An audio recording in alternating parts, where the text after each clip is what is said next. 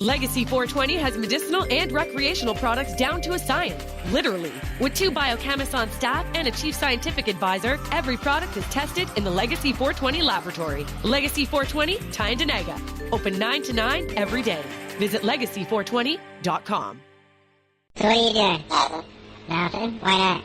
Trying to get on this Lifestyle Radio website. Sounds like a cool website. Yeah, it's alright. Oh, wait, I might have it. You might have it. You're listening to Lifestyle Radio. The opinions expressed during this show are those of the individual participants and do not necessarily reflect the opinions of their associated organizations or Lifestyle Radio.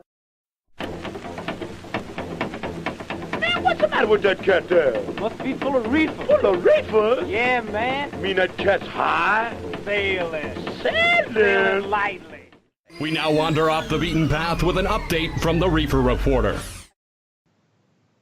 Hello and welcome to the Reefer Reporters, featuring cannabis news from Canada and around the world. Today is February 19th, 2019. Got to change the year. And we are live here at 420radio.ca. My name is Al Graham, and Kim Cooper joins me today at the Legacy 420 News Desk. Hello, Kim. How are you? I'm doing pretty good today, Al. Always excited to come on the air and fill people in on the headline news in the cannabis industry. Yes, and we got lots of news today, don't we? We most certainly do, as we do every week in the evolving situation. We're going to start off right here in good old Canada and talk about some new regulations that seem to be coming down the pike. That's right. Well, back on December the 20th, Health Canada started the consultations on what to do with edible cannabis, extracts and topicals. And the close of that discussion with Canadians ends tomorrow. It most certainly does. Now, you and me and advocates across the country have been posting about this on social media and talking about it with our friends and in discussions around where we go and encouraging people to chime in. You have an opportunity to have a say. This is it. So speak up, because Lord knows the naysayers were going to. So this all ends tonight. And then it's all over. So if you haven't said anything yet, you should. That's right. That's right. Well, you can participate by going online to doing an online questionnaire, or you can mail in submissions. But I'd say it's a little late right now to send anything via mail. Yeah, it's online only at this point. I mean, the closing is tonight, so yeah, you've got to do it online at this point. They say the focus of this is it will engage Canadians, including provinces, territories, municipalities, Indigenous people, industry, as well as patients and patient groups, healthcare practitioners, public health community, and, of course, law enforcement. Yep. They say they are seeking feedback to draft regulations to minimize public health and public safety risks posed by the upcoming edible cannabis extract, and cannabis topical markets that are set to come into play some point this year in Canada. That's right. Well, they're seeking input from all interested and affected parties to support development of these regulations, and they will continue to promote understanding of the proposal and seek input from Indigenous partners, as well as the provinces, territories, and other stakeholders. One quick question in the middle of all this, but maybe you can clarify for me. I don't know, maybe I'm naive, but exactly what risk do cannabis topicals pose? Who knows? I'm sure they're worried about the children. Maybe children will eat topical creams. I don't know, but a topical cream on a child won't do anything to the child. Yeah. I mean, just the way they lump all of these things into one category is stunning to me. We're talking about ingestion versus topicals. They shouldn't be in the same category, in my opinion. But that's kind of straying away from the subject matter. Well, yeah. When I was growing up, the kid beside me drank barbecue lighter fluid. Well, I mean, there's a dumb one every time, right? Yeah. So somebody might try some topicals. You just never know. Well, we can't have safeguards on these things for everybody. At some point in time, it comes down to the parents keeping care and control of these products within their own homes, the same as they would with any other product that should remain out of children's hands. That's right. Well, yeah, exactly. You know, like, barbecue starter fluid, Exactly. gasoline. Exactly. There's Eventually it comes paints. down to the parents, right? Yeah, there's all kinds of legal things out there. You don't even have to mention drugs or alcohol. You know, comment, liquid cleaners. You know, Bleach, that are laundry soap. yeah, Tide exactly.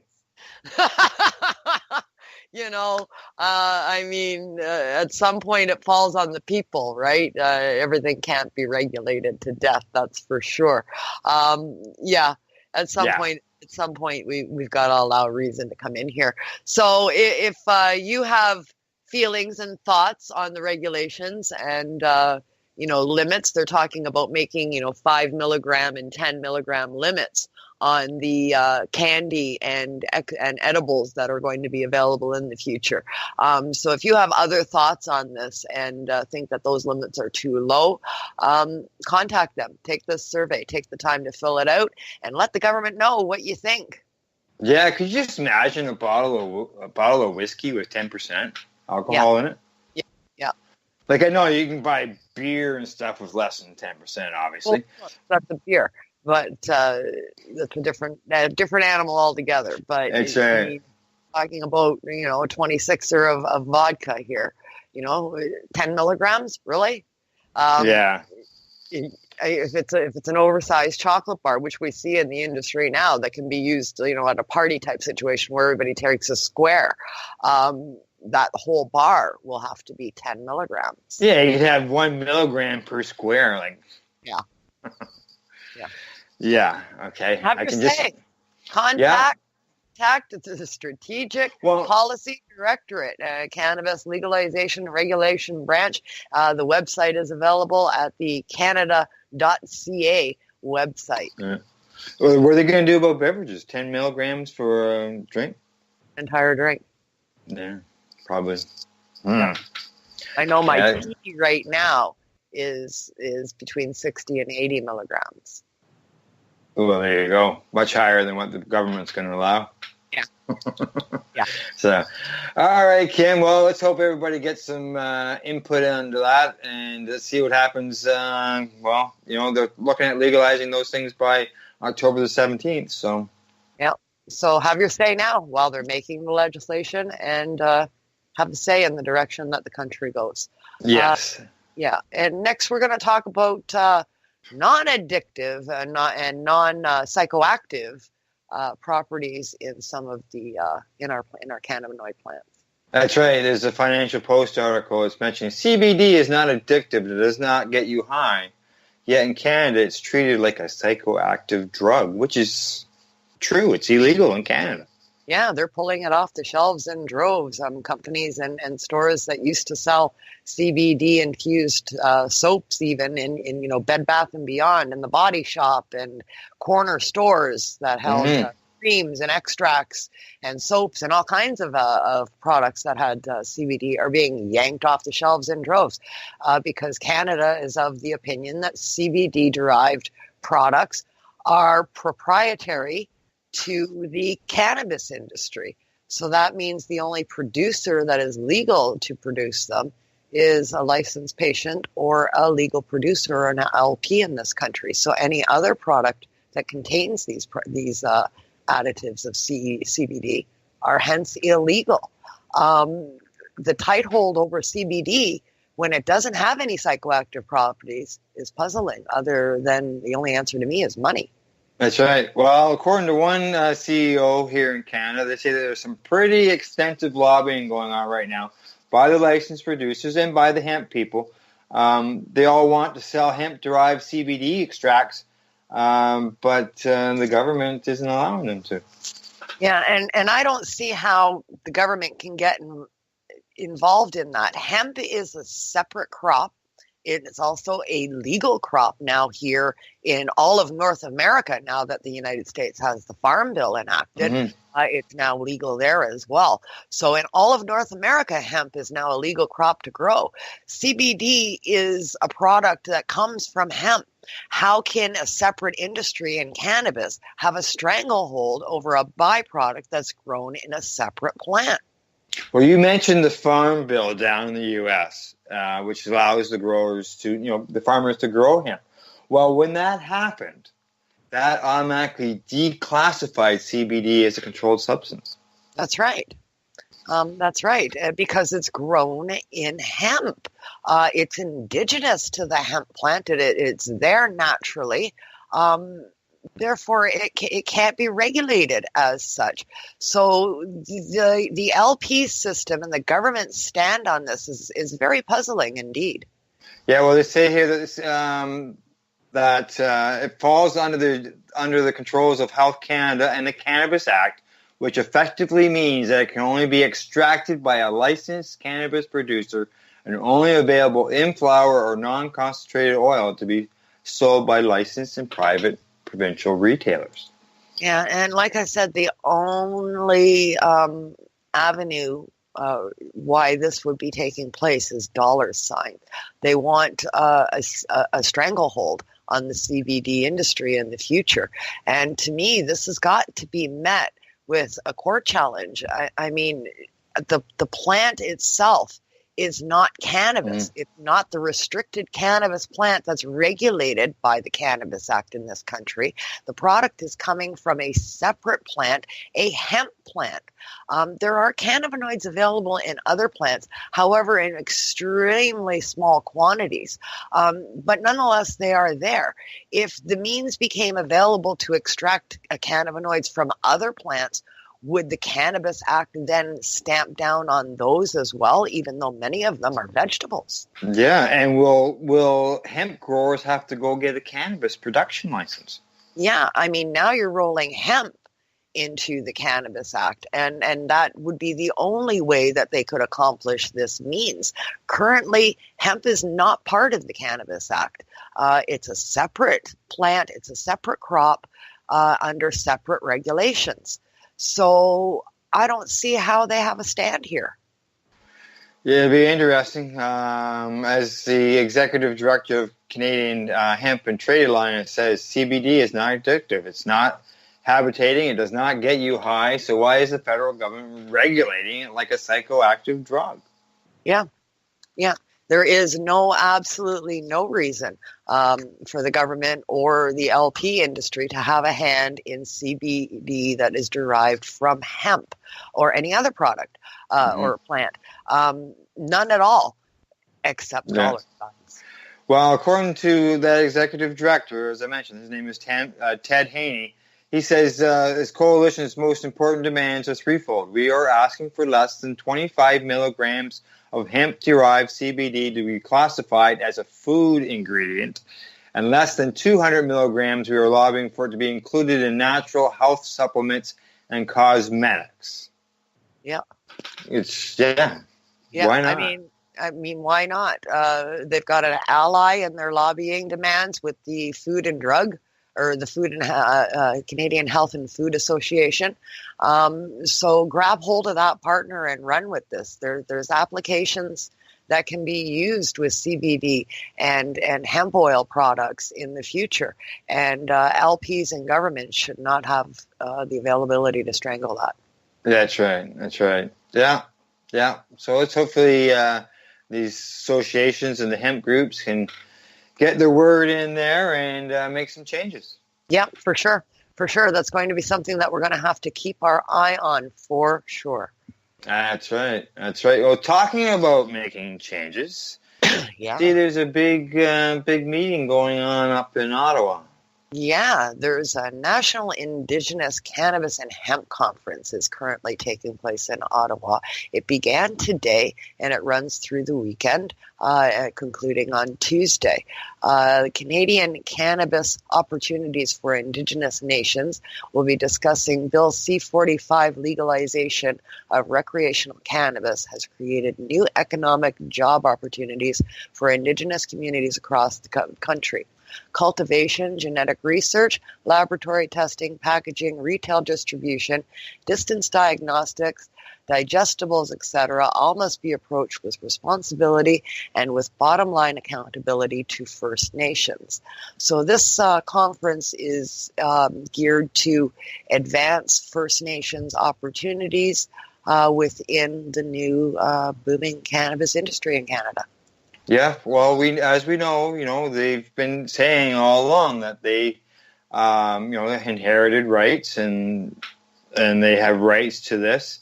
Now the federal government turns around and said that, provincial governments are supposed to look after the Indigenous end of things, and that they say that they spoke to the Indigenous community. But obviously, I wouldn't say they didn't speak very well if they're meeting in such a big conference like this in order to come up with their own regulations. That's right. That's right. Some people that we know are attending this conference this weekend and listening to what people have to say there. Of course, Tim Barnhart from Legacy 420 and the NIMCA team is in attendance in Ottawa now as we speak, and has got a few questions for the panel as well while they're there. Oh, I'm sure he will. I see there's some government officials are there, as well as the Indigenous community. I see Bill Blair is there, as well as our Minister of Health, Jeanette Taylor. She's there as well. Yeah, a lot of the bigwigs over there, supposedly, I guess, talking about the role in or the part that the Indigenous people will play in the upcoming regime. So it'll be interesting to hear what the end results are from this long weekend summit. Yes, it will be. It will be interesting. See what the government has to say as well. Yeah, on it all. For sure. Yeah.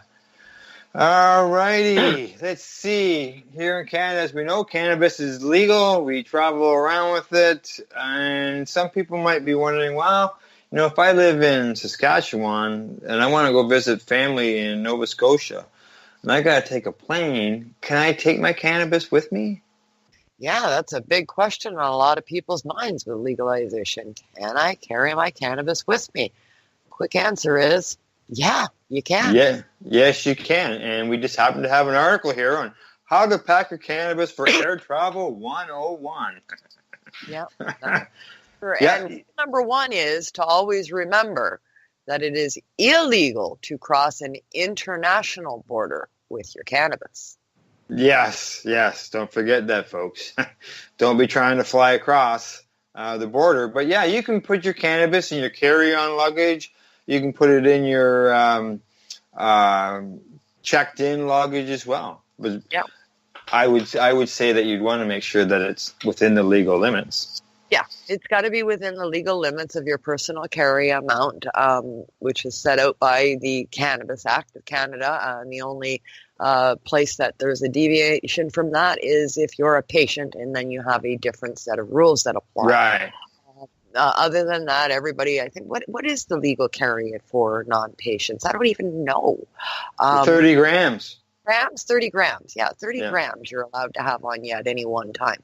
So, 30 grams you're allowed. So, yeah, you can put an ounce and you can put it in your carry-on and in a container or in a bag, and it's fine. Yeah. Well, they said that the Canadian Air Traffic Security Authority said that they thought they would provide this reminder for people because of the upcoming school break. I didn't know that minors were allowed to carry cannabis. Yeah, minors should be not allowed to be questioned on that. I think they should to revisit that maybe. But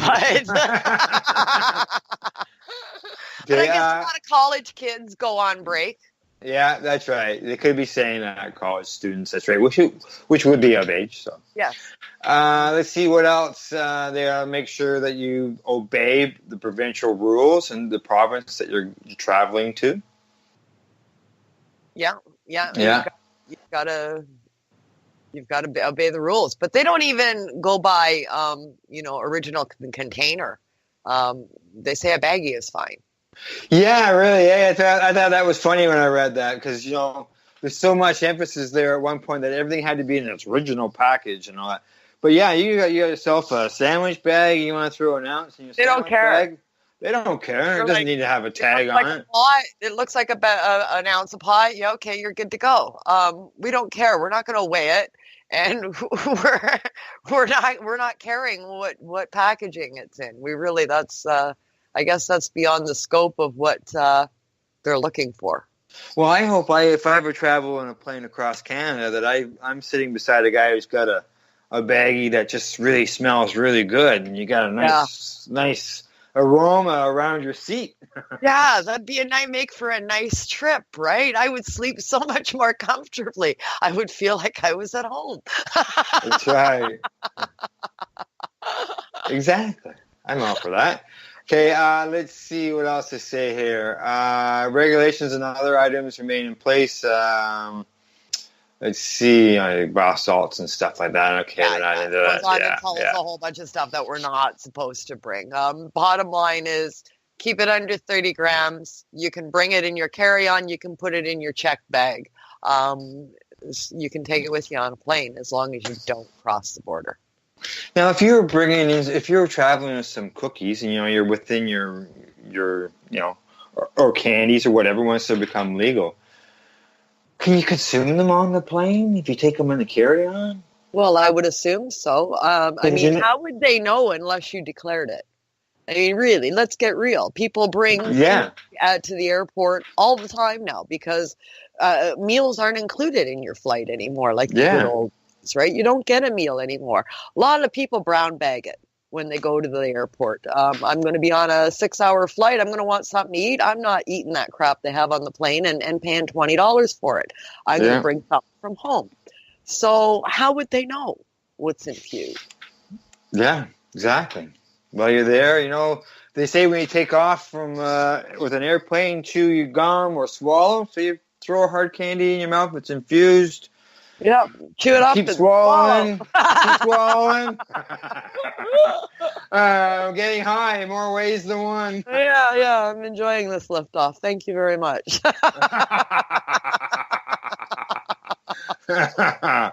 Okay, Kim, let's go on to our next story, our last story before the break. And we'll see, talking about going green. Going green. Going green. Like this, and it's about time somebody did something. This is actually a good news story coming out of the Canadian system. They're beginning to recycle the containers that we purchase our cannabis in. Anybody that's purchased legal cannabis, some of the containers are huge. They're very thick plastic. They're very much a waste of resources for sure. Big, cumbersome, tough to carry around for sure, and such a waste. I have from medical, and the packaging that's available on the rec market today is exactly the same as the packaging that they use in the medical market. They've just slapped new labels on it that are new and improved for the new system. But the containers are identical to what has been used in the medical regime for a number of years. I have right now 2 giant green garbage bags, the big lawn ones, the 2 of them filled with empty plastic containers from legal producers from 1.5 year of 2 people's prescriptions. Wow. That's time to send that out, that's for sure. That would be going like to the landfill or whatever, because who recycles it? Nobody wants it. It's cannabis related. They don't want it in their stuff. So, I mean, the waste is unreal. And that's just 2 patients. Yeah. So, I mean, there's a lot of waste going on. So seeing a recycling regime come into play, I think it's fantastic. Yeah, yes, for sure. And this is a brainchild of a company out of New Jersey that came up with this. And according to them, all the packaging collected from the retailers gets melted down into plastic pellets and then goes towards building things such as benches and playgrounds. That's awesome. It sounds awesome, but shouldn't they be worried about the children? Playgrounds? Somebody might... Maybe they're going to get high. They're going to get contact touching the plastic. Oh, don't say it or somebody's going to believe it. That's right. my God.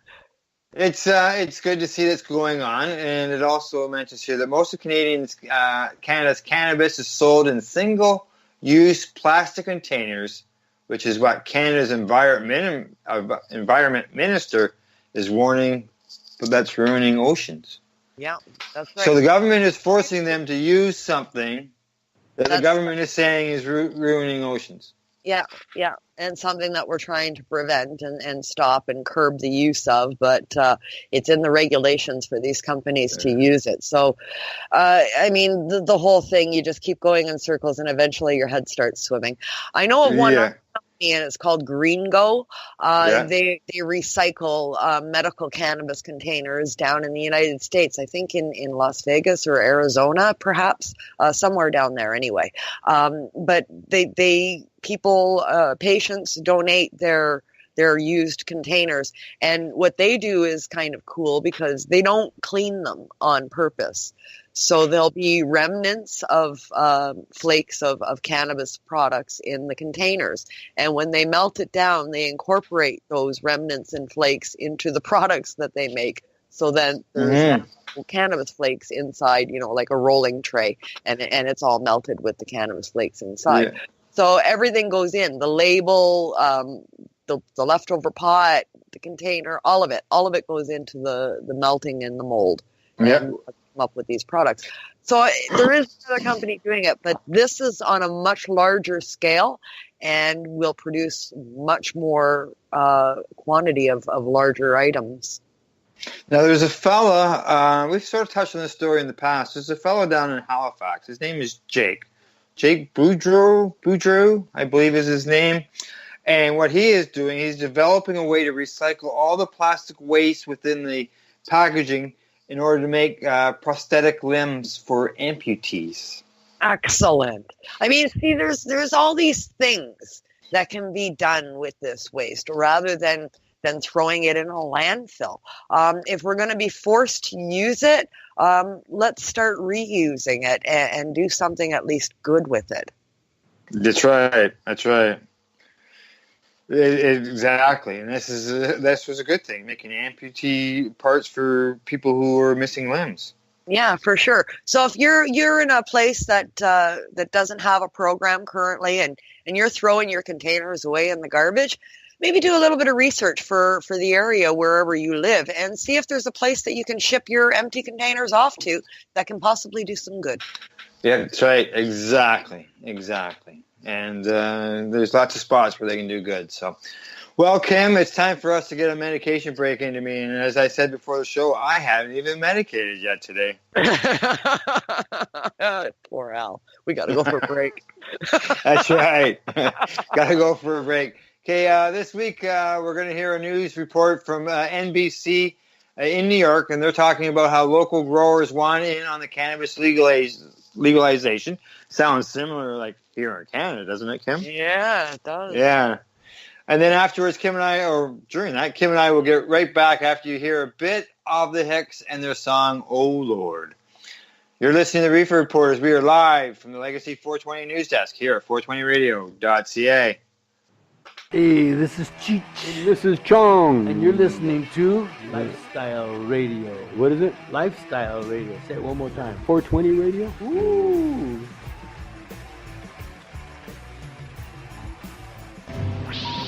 Hang up and try again.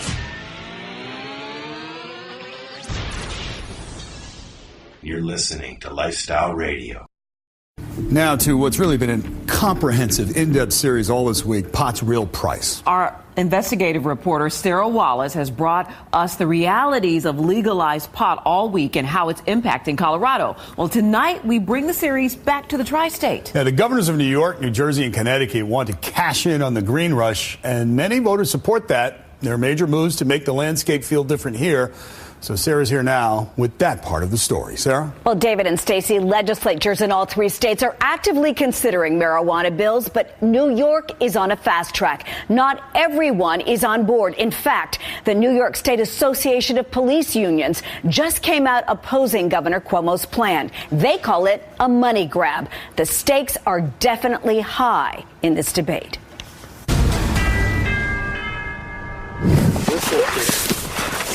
King Aswad and Jasmine Burhams moved up to Dutchess County from Bed-Stuy, Brooklyn 3 years ago to work the land. It's the off-season now, but check this out. That is actually a big opportunity. This was the height of their growing season a few months ago. Acres of flourishing crops, including hemp. Now these community farmers want to be a part of the landscape when legalized pot comes to fruition in New York, creating ample opportunities for growers and others. We want to keep New York's cannabis money in New York recirculating within New York's communities, both urban and rural. Members of a collective called the People's Dispensary are now trying to make sure the voices of people like Aswad and Burhams are heard in Albany as the legislature tries to hammer out a framework for a marijuana bill. The dispensary got its start in California. It's the brainchild of Christine De La Rosa, who was bedridden for years with lupus before she found cannabis. Now she's found a new mission, trying to ensure equality in the cannabis market. My bottom line is that we want to see that it's equitable for small farmers, people of color, formerly incarcerated, for the people that don't normally get thought about, so that corporations don't take over the industry in New York. In Colorado, where we spent a week examining pot's real price, big companies have largely replaced mom and pop businesses. They don't have the capital or means to grow amid all the new layers of red tape. These activists want to make sure that doesn't happen here. Legacy 420 has medicinal and recreational products down to a science, literally. With 2 biochemists on staff and a chief scientific advisor, every product is tested in the Legacy 420 laboratory. Legacy 420, Tyendinaga. Open 9 to 9 every day. Visit legacy420.com. Are you looking for cannabis news, education, and people's opinions? Are you looking to learn what Canadian and international cannabis advocates are doing? Not only now, but what got them to this point in their lives, and what does the future hold for them? Do you want to learn how patients are using cannabis as their daily medication, or learn how their cannabis use helps them with their medical condition? If you answered yes to any of these questions, then I'm going to suggest to you to tune in to Lifestyle Radio. Catch their live weekly shows and have your questions and concerns answered and find the experience you're looking for. Monday, catch your weekly news broadcast with the Reefer Reporters. Then on Wednesday, get several hours worth of cannabis public education. We get things started with Cannabis and Coffee with Marijuana. Finish up your evening with the award-winning Pace Radio Show with Al Graham, and no week would be complete without tuning into Friday night's program, the 420 Radio Show featuring Al Rapp and the 420 radio crew, Mary Jane Baker and Marcel Gignac. Cannabis is a lifestyle, and you can catch all your cannabis lifestyle information right here at 420radio.ca. An apple a day won't keep this doctor away, but a gram of cannabis may keep you away from the doctor. Find out how by tuning into The Higher Estate with Dr. Ira Price, Wednesdays at 3 p.m. Eastern Standard Time, only here at 420radio.ca. Tune in to DJ Passion from the land of Ganja, the island of Jamaica, when he comes to you live every Saturday night at 8 p.m. Eastern Standard Time on 420radio.ca. Now there ain't no reason for this silly drug war. It's just a plan. God showed us what it's for. It says right in the good book that every green plant was made for the good of man. In the green, in the green, in the green, oh Lord, won't you keep me in the green? Hey, we're back from our medication session. That means it's time for some more cannabis news. Right, Kim? Yeah, sounds good to me. Well, our first story after the break here it's a non-story because it's not really anything that's in the news article. It's something that I noticed locally here in my hometown, and I see other places are being affected by it also. Yeah, that's Northern Ontario is one of them. Yeah. I walked past our local Legion, and I saw that they had 2 signs up stating that no cannabis is allowed to be consumed, whether it's vaping or smoking, within the property. That means somebody that use cannabis can't, use it there. They can smoke their cigarettes, they can drink their alcohol, but they can't smoke the cannabis. Now, I realize that places have the right, like private places have the right in order to make their own rules around that. I also realized I checked it up on the Legion's website as far as what they say when it comes to what the policy is. And it says branch rules are not mandatory for branches, are not reviewable by the Constitution and Laws Committee at this time. However, all branches should consider maintaining them. Now, within there, it says, I'm trying to find, okay, here. Provisions must be focused on matters dealing with acceptable actions, behavior, and discipline of members and their guests while on branch property. It may include, but not limited to, such things as the use of e-cigarettes, tobacco, vaping, and cannabis products. They also go on about dress codes and motorcycle jackets and stuff like that. Yeah. But I can't understand why the Legion would ban members from consuming cannabis when, in fact, that there's approximately 10,000 vets in Canada that use cannabis for their medication. Yeah, exactly. We have over 10,000 registered veterans in this country with medical cannabis licenses or prescriptions. Yeah. So these veterans, in effect, wouldn't be able to attend their own Legion. Should they need to go out and medicate in the wintertime, they would be put out on the street in a storm rather than be able to do it safely in a space that cigarette smokers have the right and option to use. So how is this right?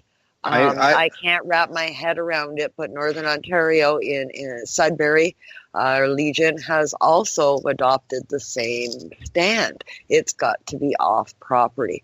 That's a head scratcher for sure, Al. Like don't vets, isn't this all part of, they go to fight, wars and stuff in order to, it just doesn't make sense to me. Like here in Canada, we spend $51 million last year to supply vets with cannabis. And because of that, other drugs, prescription drugs, have dropped 40%. Some of them, as far as the patients require them. And these vets are getting their lives back. Correct.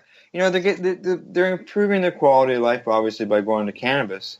Are they forbidden from taking the prescription drugs while they're at the Legion? Not likely. From the country that they fought for, Exactly. They fought for freedoms. Didn't they fight for freedoms? Yeah. When the Legion is forbidding them a right to be able to medicate, telling them to go off of the property to do so, it just doesn't make sense to me. No, it doesn't. Not at all. And then you've got places like on the flip side where you and I attended the hall there in Ottawa for the pretrial bash for the Smith extract trial in the Supreme Court of Canada in Ottawa. And the pretrial bash was at the hall, and we were consuming inside at the tables. Correct. We were. And we were vaporizing. Yeah. Allow your vets to vaporize at your Legion. Why not? Maybe if you have to, give them a room where it can be vented or something off to the side, but it's ridiculous to make them leave not only the building but the property.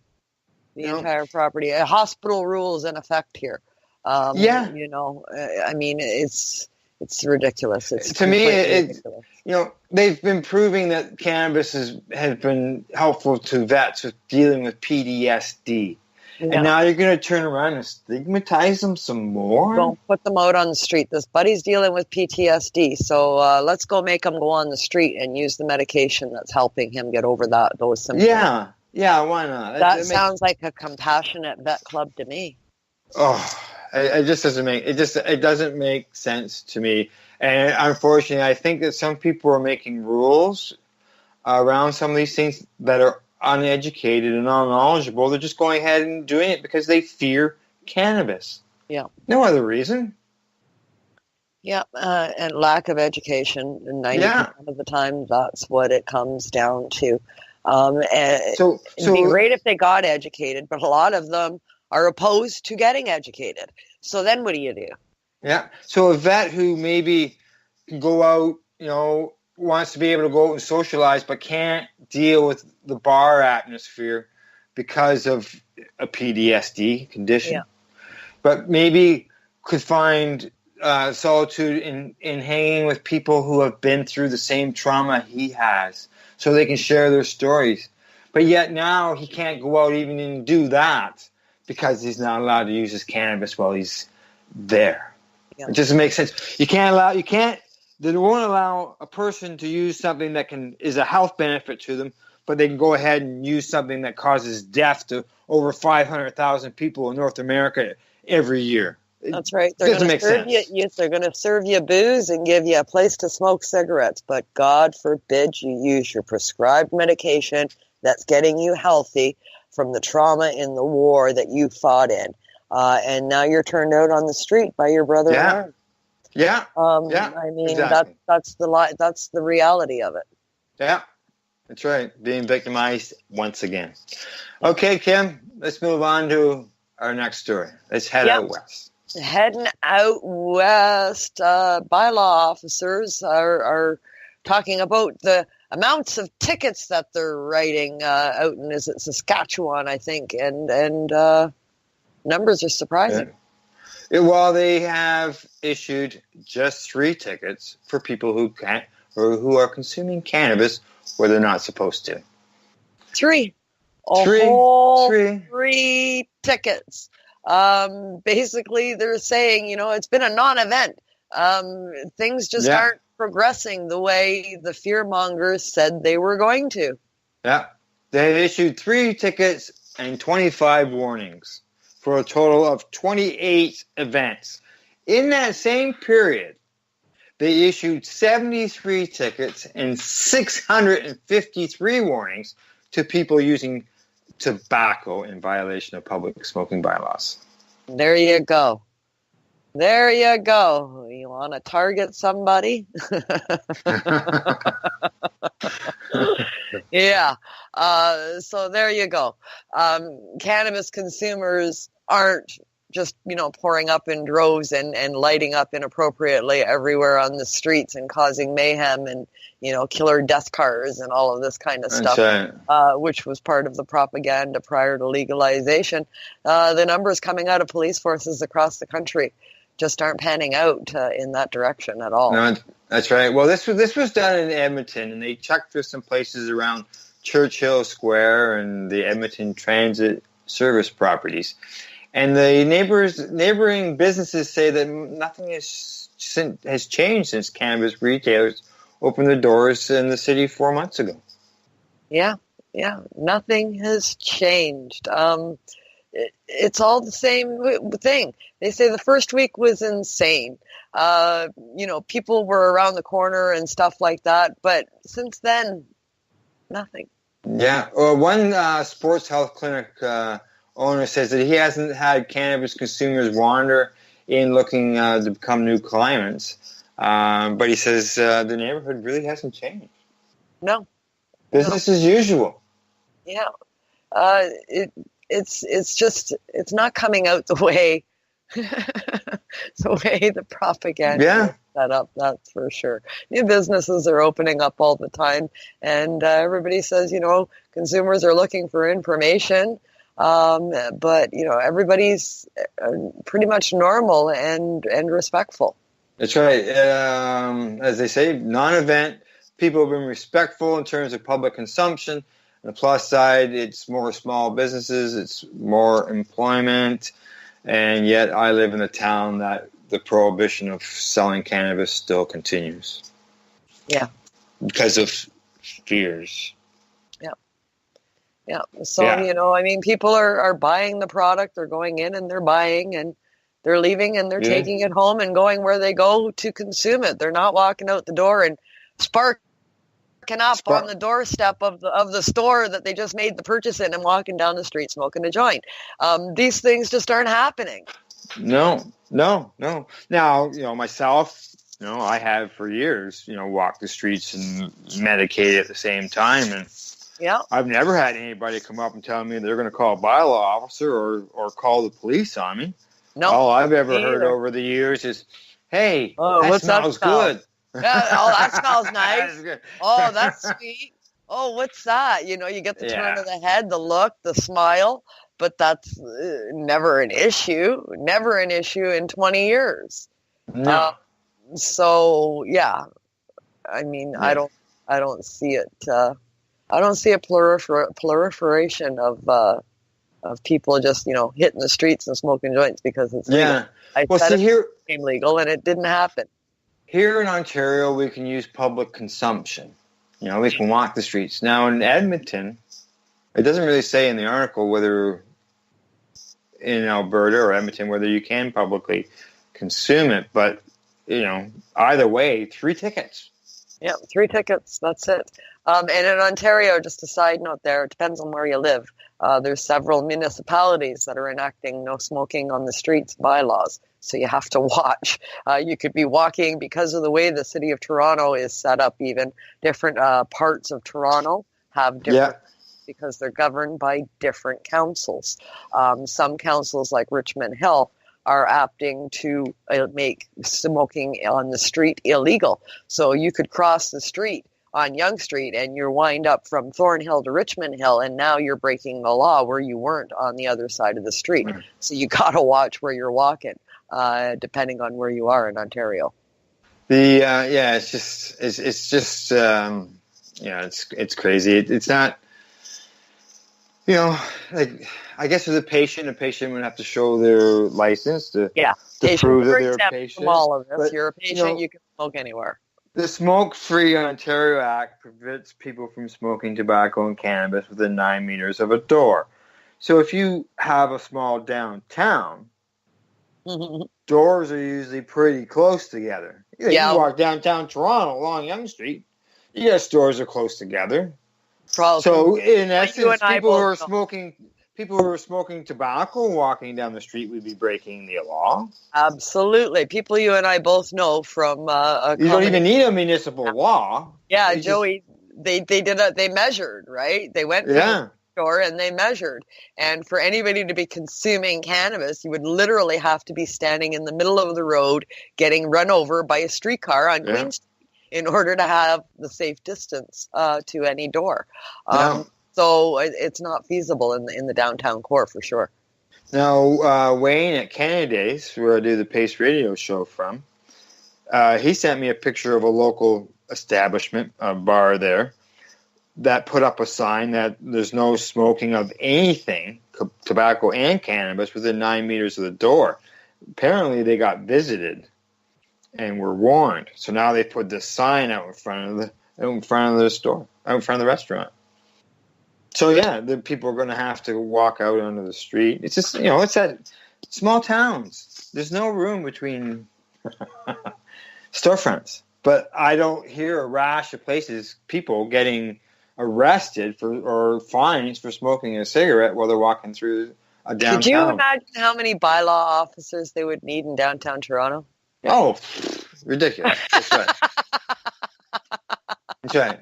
Go down at lunchtime when all the office buildings dump out. Yeah. Well, I think the place where Wayne was talking about, maybe the employees were coming outside and standing there and smoking cigarettes. I don't know. Or maybe because it's a licensed establishment during the nighttime when the place is open, people were standing outside the door consuming. But you see that everywhere.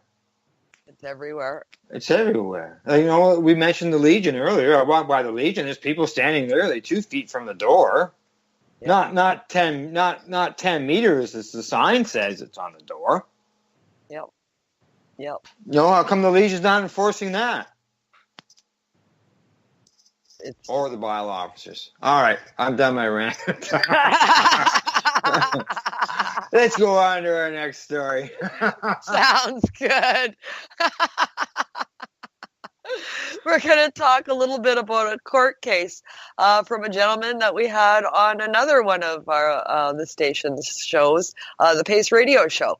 Jerry Martin is in the news about his upcoming case and ongoing issues that he's been having with the law.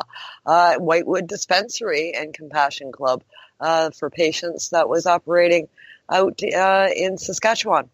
That's right. Yeah, he is headed to trial because it's been a while now, eh? Has been. It's been several years. He's retained lawyer Paul Lewin, and they're getting ready to go to court finally.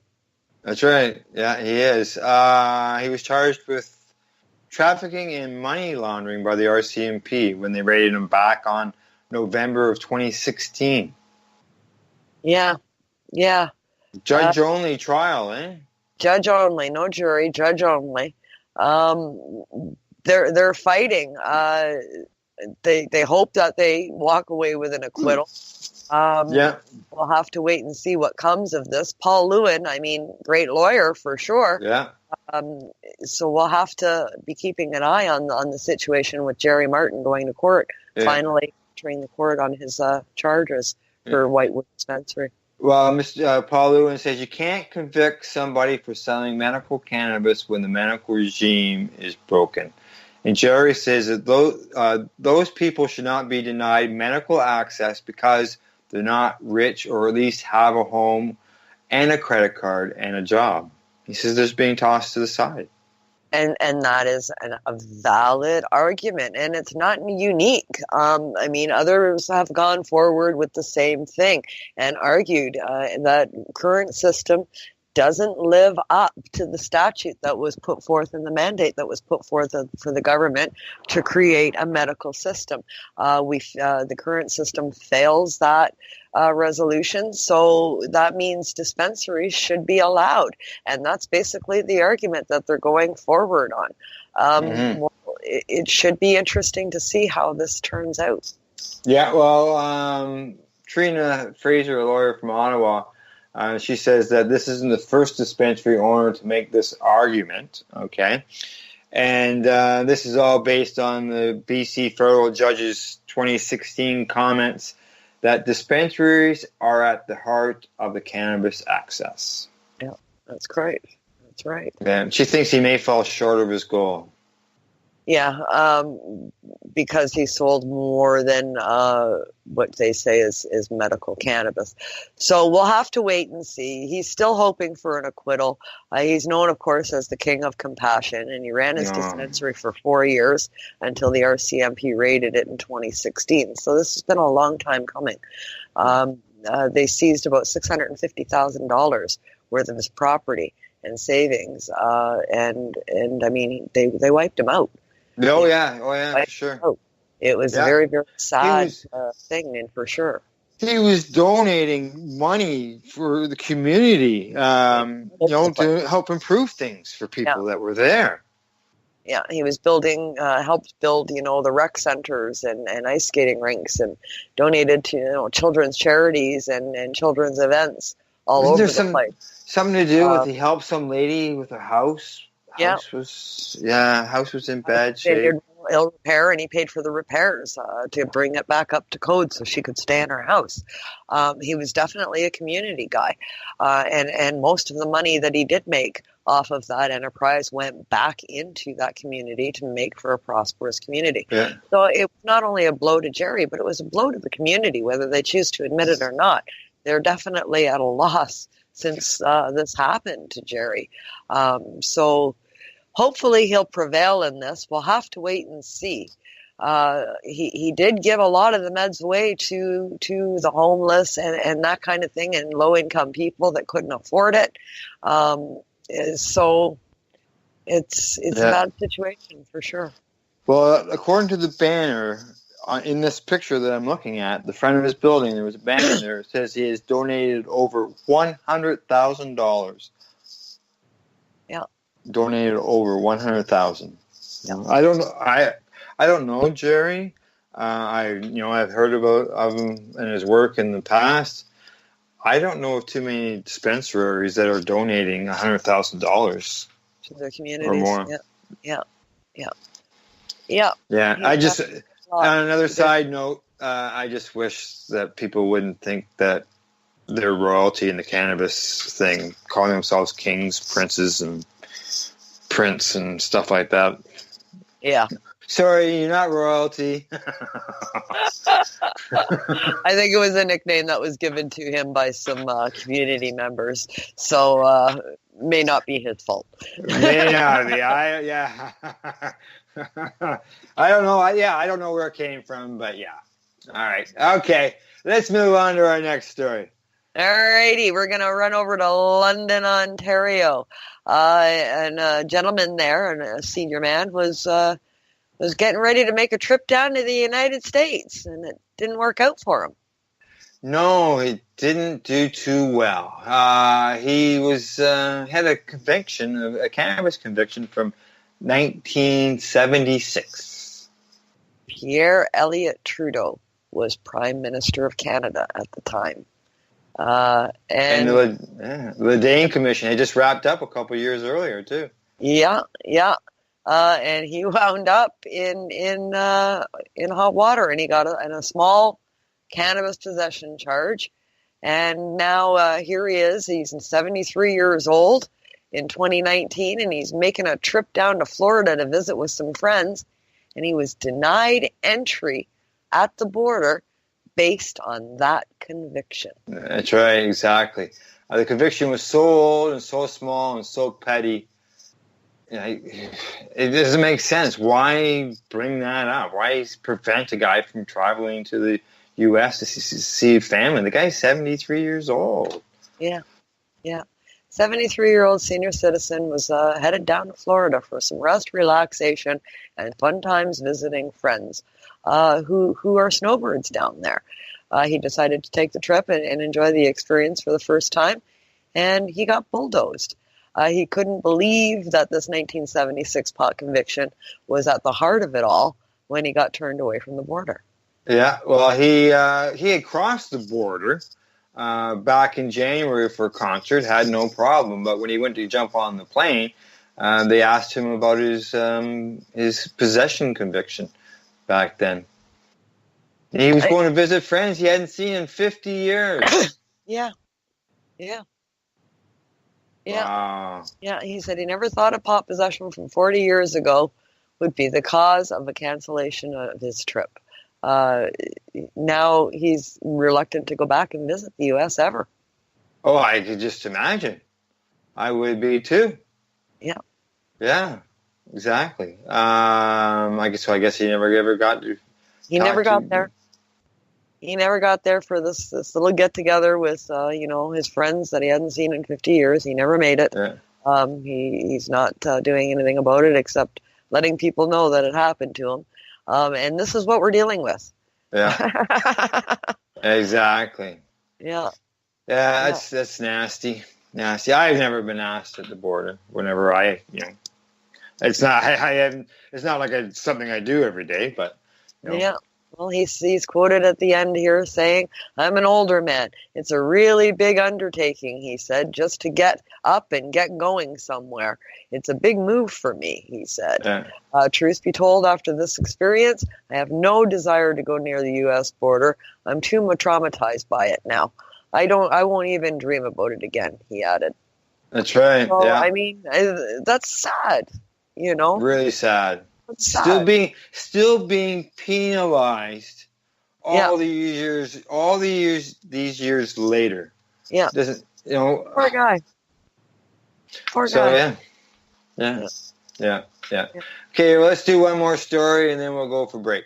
Yeah, well, in complete contrast to that, the United States has its own stats going on that they can just, take a look at any time and maybe show border control would be a good idea.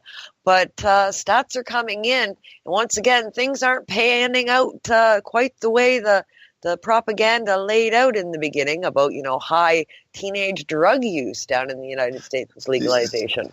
Heaven forbid we allow a parent to consume some cannabis for medical purposes and their child is going to start smoking because of that. Well, according to this report, teens living in U.S. states that allow medical cannabis, those teens aren't smoking, they're smoking less. smoking less. The households that have a educated medical cannabis patient as a parent in that household, they are known now that teenagers in that household were 1.1% less likely to consume cannabis in households that didn't have a parent that was medical marijuana. Now, let's make note, this is not a study of 1,000 or 2,000 students. This is a study of 800,000 students. 800,000. Huge study. Huge 45 number. states. Yeah. And it went down. So demographics across the board are there. We've got multi-state numbers in here. We've got multi-family makeup regime in here. We've got multiple kids from multiple brackets of income and socioeconomic status in here, because cannabis parents that are cannabis consumers for medical reasons come from all of these walks of life.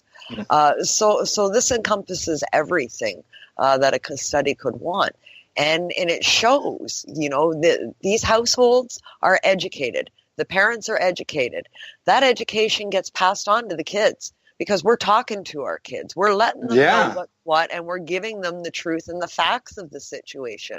That makes them look at it at a whole new light. And the stats show numbers go down with education. Big time. And, they did this study over a 16-year period. So it wasn't just something that was just gobbled together. 16 years. Yep.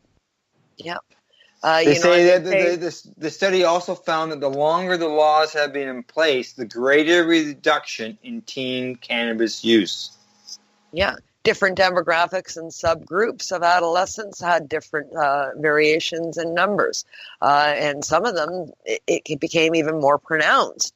Example is 3.9% less Black and 2.7% less Hispanic use cannabis in the United States with a medical marijuana licensed member in the family.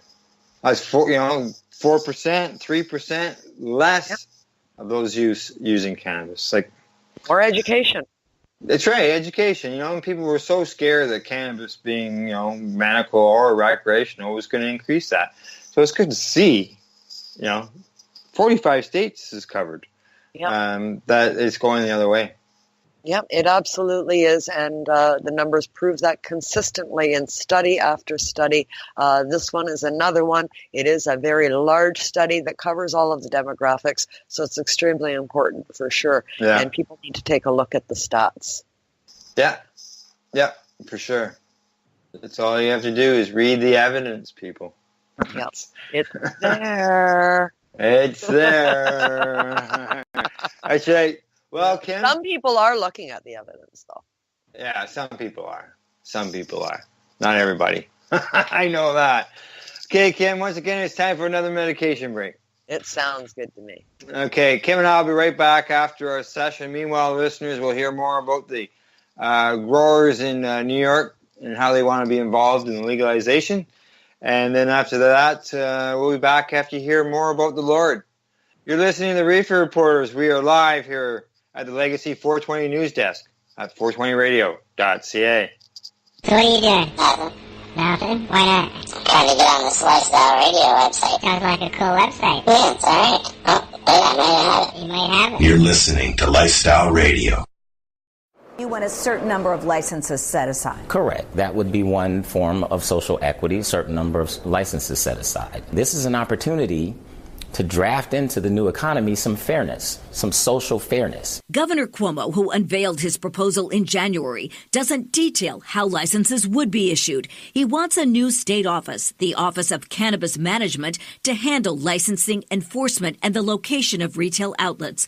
The office would also create a program to review and seal past marijuana convictions, which have disproportionately affected minority communities. My primary focus for being involved in legalization of marijuana is criminal justice reform.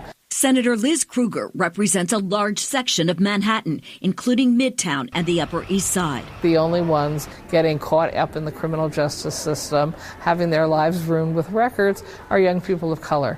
We need to reverse that, and we need to help restore the communities that have been harmed for so many years. Andrew Freeman, now a consultant, was Colorado's director of marijuana coordination before that state's rollout. His caution for the tri-state. It's really exciting to be at the beginning of a system and think that you're going to get the perfect system. I would just say you're probably not, right? The first system that you put in is probably going to be only work like 30% how it's supposed to work. And he says don't listen to promises some people make about that tax revenue solving everything. So if you are looking to fund your education system, fund your roads, or fund your healthcare system, this is not going to make a dent in that. These two farmers understand cannabis won't be a cure-all. They just want a foothold in its future.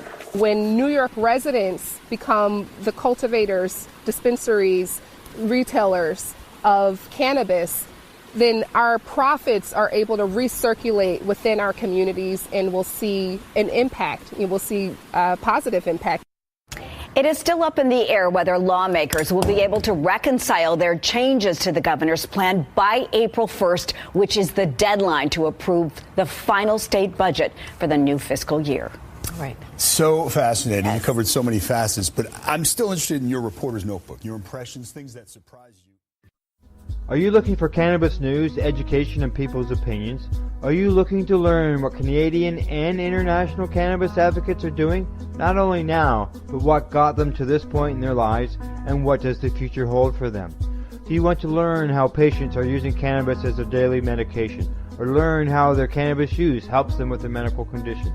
If you answered yes to any of these questions, then I'm going to suggest to you to tune in to Lifestyle Radio. Catch their live weekly shows and have your questions and concerns answered and find the experience you're looking for. Monday, catch your weekly news broadcast with the Reefer Reporters. Then on Wednesday, get several hours worth of cannabis public education. We get things started with Cannabis and Coffee with Tamarijuana. Finish up your evening with the award-winning Pace Radio Show with Al Graham, and no week would be complete without tuning into Friday night's program, the 420 Radio Show featuring Al Rapp and the 420 radio crew, Mary Jane Baker and Marcel Gignac. Cannabis is a lifestyle, and you can catch all your cannabis lifestyle information right here at 420radio.ca. An apple a day won't keep this doctor away, but a gram of cannabis may keep you away from the doctor. Find out how by tuning into The Higher Estate with Dr. Ira Price, Wednesdays at 3 p.m. Eastern Standard Time, only here at 420radio.ca. Tune in to DJ Passion from the land of Ganja, the island of Jamaica, when he comes to you live every Saturday night at 8 p.m. Eastern Standard Time on 420radio.ca. Legacy 420 has medicinal and recreational products down to a science, literally. With 2 biochemists on staff and a chief scientific advisor, every product is tested in the Legacy 420 laboratory. Legacy 420, Tyendinaga. Open 9 to 9 every day. Visit legacy420.com. Now I dream of fields just outside my door. I'd share it with my neighbors, 'cause that's what neighbors are for. Roll up a fatty and corn up on the grill, and come on down and spark one with Uncle Bob and Bill. In the green, in the green, in the green, oh Lord, won't you keep me in the green? Hey, we're back for our second medication session. And we are the Reefer Reporters, and if you're not sure, we are live. Yes, we are live here at 420radio.ca. And if you miss our live shows, don't forget they're available afterwards as a podcast at our website or on audio apps such as iTunes, Spotify, and iHeartRadio. Well, Kim, what do you say? We got the last segment here. We think we'll get her done. Yeah, one last segment to go. So much to talk about, so much in the news. Oh, my God. Good news coming out of the United States. Some members of the Senate down there are in Albuquerque are getting on board with cannabis use. Yes, they are. They seem to be, and I've got a snowstorm on my screen. Oh, wow. What we've got going on here. There's a brand new bill that's being introduced on the House floor, and it will allow medical cannabis in schools, and they'll be zoned for any patient, qualified patient, medical cannabis prescribed child patient that may be attending school will now be allowed to have their medicine administered in a school setting. The parents and patients and qualified school personnel will be the ones that will be administering the medicine in the future. I say, just so the snowstorm's over, it's good to see that they are going to permit the school personnel to administer it. So I'm assuming it's probably going to be the school nurse. Yeah, a lot of the states, they still have a school nurse. In lieu of a school nurse, it's usually one of the teachers that has the first aid.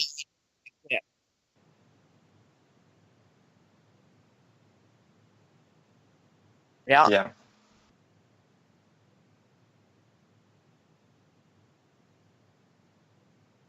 How much did we lose? Okay. Yeah. Okay, so I'll have to redo the break, come back. Yeah.